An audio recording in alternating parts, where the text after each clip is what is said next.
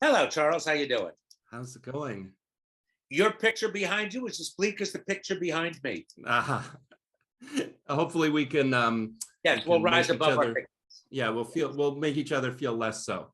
Well, you know what, actually funny you should say that, because my first question was going to be about Nixon and whether you remember Watergate and the tapes and the Charles, missing minutes. very, very much. I was in high school when it happened. I watched religiously during the day and at night, especially with my friend Rick Milner, who is still one of my best friends. It was my introduction to politics and government, intrigue, crime, everything. I hated Nixon so much that this verified how criminal he was. And yet, in hindsight, compared to our last administration, Nixon was traffic tickets because he only did it for himself. He did it so he could get reelected.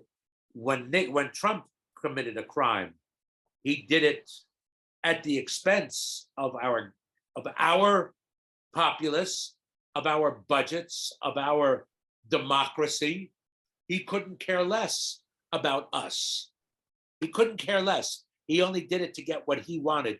And the ramifications, let's take a look at what he did with the Vindman thing and trying to get Hunter Biden's thing and saying, I'll give you $11 billion or however many billion if you give us what Hunter Biden did. His attacks on democracy, on Ukrainian democracy, by not giving them weapons just so he could get information on somebody who wasn't even running for president. Awful.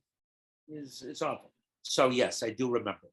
When you're making a film now about Nixon, do you think that you're still making a film about Nixon, or do you think that history, Wow. the modern history, is the topic at hand or the subtext? I did not do this movie because it's a movie about Nixon. I did this movie because I thought it was a fun story to tell. Mm-hmm. And hopefully it's an interesting story to tell. Mm-hmm. Is it about Nixon? I don't know. I got to tell you, Charles, I did not see the movie.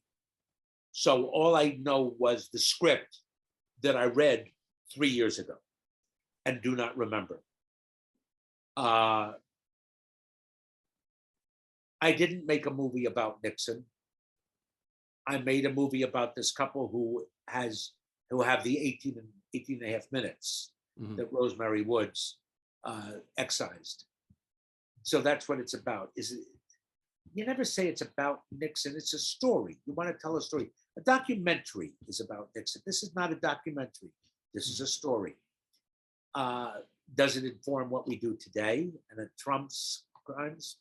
I don't know. I don't remember. I just thought it was a weird movie. And my job is to make the movie, the world that Dan Mervish created, weird. And that's my job. And I did it by setting a world that was a little different and not as serious as what these two characters. When I come in, I go, hey folks, how are you? Hey, come on in. And I'm wearing an eye patch that doesn't inform the character, but informs the mood of the movie. Mm-hmm. In that, here's Richard Kind, a face we know, wearing an eye patch. Why is he wearing an eye patch? I don't know. Never brought up, much less explained. I just wear an eye patch. It's weird. I look weird. I look out of place without explanation. And that's what I think it does in the movie. I know you'd worked with Dan on Bernard and Huey, which I saw and enjoyed as well too.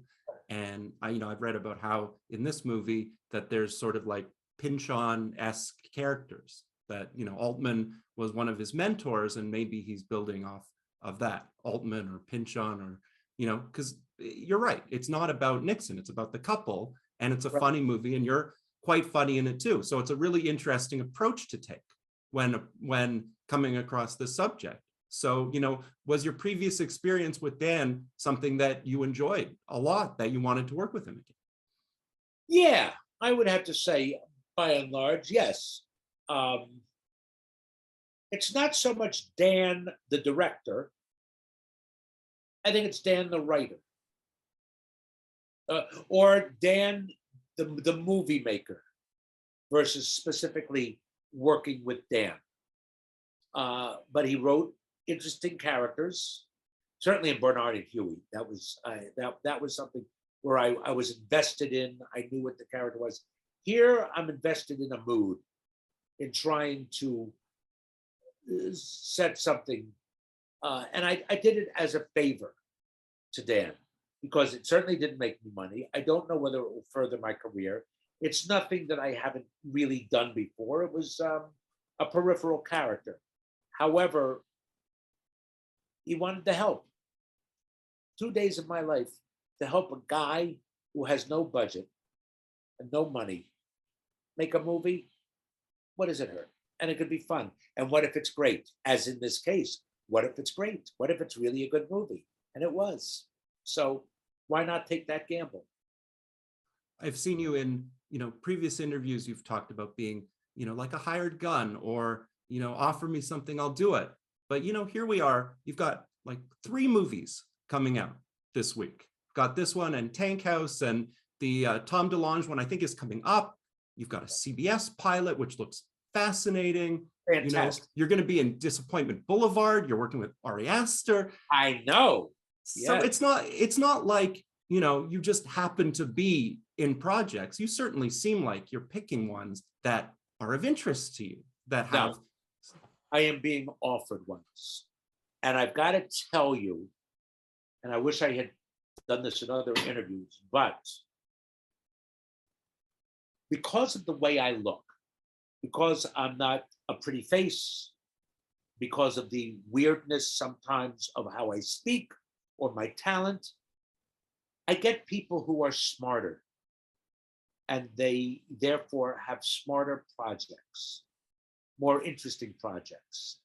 So it's not the projects that I pick, it's the interesting creative minds that have chosen me. I'm never going to be on Melrose Place, never going to be on Dynasty. I am lucky that I am on East New York because a very great creative mind, Bill Finkelstein, wrote a character with me in mind. He's a friend of mine and he knows what I can do. And he captured a wonderful guy where I play a cop, and I'm an out and out cop. Am I funny? No. Am I interesting and charming? Yes. Because Bill Finkelstein, who's a great writer, wrote on LA Law and NYPD Blue. Great, great mind, especially in television in that genre, wrote something else, and I get to be in it. So it's not that I choose these things, it's that those creative minds choose me. And that's a blessing. So I want to go back to the idea again of Nixon, particularly the tapes. This movie offers a sort of really fascinating idea of what could be on the tapes. We don't know. It's lost to history. Yes. When you're doing your work, you're putting yourself in projects, film, television, and committing them to history. So when you look back on your career, if you had, say, 18 and a half minutes, what would you put there? What would be your legacy? Well, I've been lucky enough to have what I consider 2 movies that I think will stand the test of time. One is A Serious Man, which I think is such a beautiful movie. Maybe not everybody will see it, but number 1, I'm in the Coen brothers canon. That in itself, how lucky. I know that they like the movie very much. I think it's the movie they wanted to make, and I think it's really good. And I think it will stand the test of time. And I am, in essence, Jiminy Cricket for millennials in Inside Out. That's a glorious piece of filmmaking. Glorious, wonderful. My God, talk about something that will stand the test of time. I think that movie is timeless. Timeless. Even though it's about an 11-year-old girl in today's world, everybody has those emotions, and your brain are places that will live forever. And so, if you want to know what my 18 and a half minutes are, I think it's that. Mm. Dan talked about the importance of seeing this movie in a theatrical setting, that people were laughing about it, that he found out how funny it was, the audience reaction. I think I had read that you had gone to the Minutes, to the Tracy Letts show recently on Broadway. Have Sure. you found that, what have your viewing habits been like? Have they changed at all, sort of pandemic? How do you like to experience content, movies? Well, I'm annoyed at movies because I think that people are so used to watching movies in their living room that they can get up, put it on pause, they can say things during the movie. So I like going to, I love seeing movies on a big screen. Love it. That to me, I mean, you're enveloped in that world. However, audiences have become rude. I tend to, this is very elite, I'll go to openings where usually the audience has more respect when to talk. Or if I'll go to more adult movies, meaning more, as opposed to when I take my son to Marvel movies, they're going to talk. They're going to go, whoa, they're going to react and talk to their friends.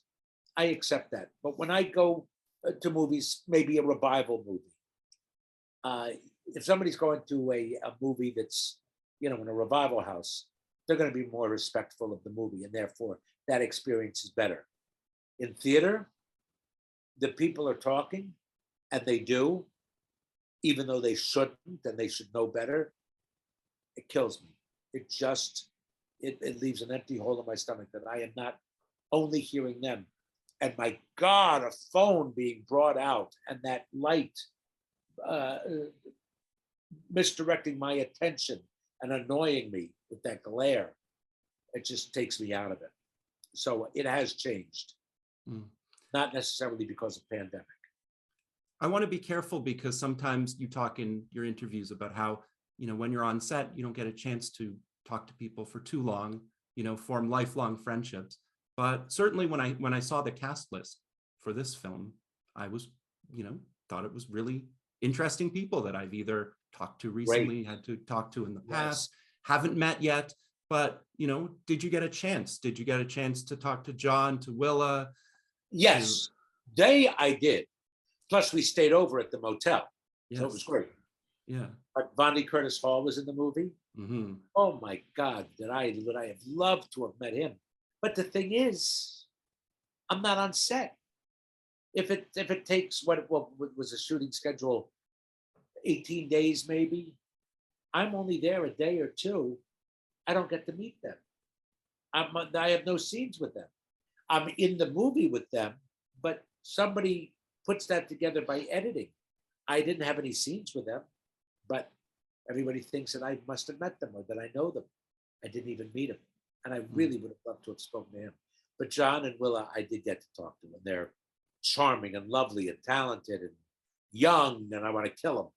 So, yeah, they were great. This was interesting because it was, Washington and around Washington, but you didn't go. It was New York. It was, Dan found a place in New York to do it.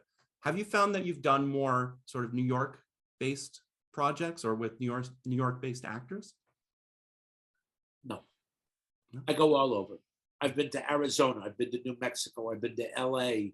I've been to Atlanta. I've been upstate New York. I've been all over. If you can do it with COVID, you're lucky. And so, no, I in the past 2 years, I've been all over.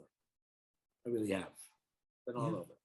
I just want to ask you one more thing, because you seem to be, right, as I alluded to earlier, you seem to be at a point where you could, call it a career if you wanted, but it seems like you're finding even more interesting projects now at a time where you couldn't be more right. They call it making a living, meaning a living economically. I call it a living, meaning if I don't do this, I die. This sustains me. It's not the money. I need the money because I have 3 children. all college age. So I need the money. But I get such happiness being on set. You know, there are no people like show people. They're weird, they're funny, they're interesting, they're extroverts, they're sometimes really smart. How lucky am I? I love being on set. I love the challenge of memorizing lines and making those lines seem like they're my own. That's a real challenge. And making them really well delivered. This is all so much fun to me. Plus, memorizing keeps my mind young. Some people do crossword puzzles. Some people, oh God, they do, they play bridge. I memorize lines, and I keep young that way. I am continuing to appreciate your projects. It was a Thank real joy. Not bleak at all, getting a chance to speak. Yeah, I'm very lucky. I'm the luckiest guy around. Truly, the luckiest guy around.